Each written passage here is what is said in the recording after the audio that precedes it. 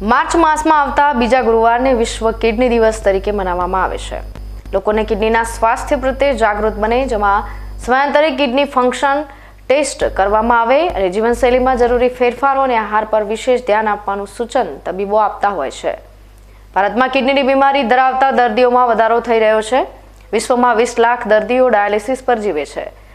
લોકો આયુર્વેદને છોડીને આધુનિક લાઇફસ્ટાઇલ અપનાવી રહ્યા છે. તેનાથી હાલ એક અંદાજ મુજબ દેશમાં દર 10 વ્યક્તિએ એક કિડનીના દર્દી છે.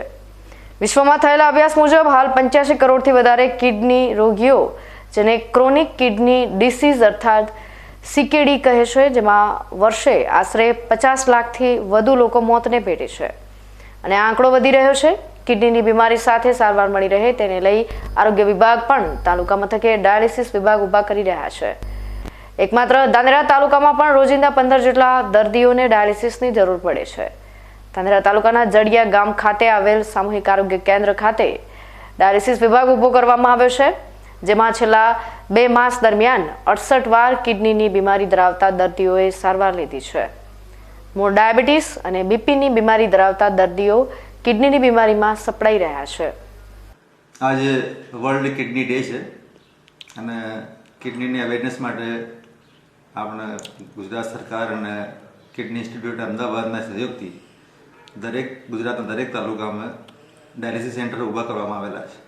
આપણે ધાનેરા તાલુકામાં CSC જડિયા ખાતે કિડની ઇન્સ્ટિટ્યૂટ તરફથી અને ગુજરાત સરકાર તરફથી ડાયાલિસિસ સેન્ટર ચાલુ કરવામાં આવેલ છે, જે 3 બેડનું છે અને અહીંયા હજુ 2 મહિનાથી શરૂ થઈ ગયું છે અને હજુ સુધી 68 સાયકલ પણ અહીંયા લોકો લાભ લઈ લીધું છે.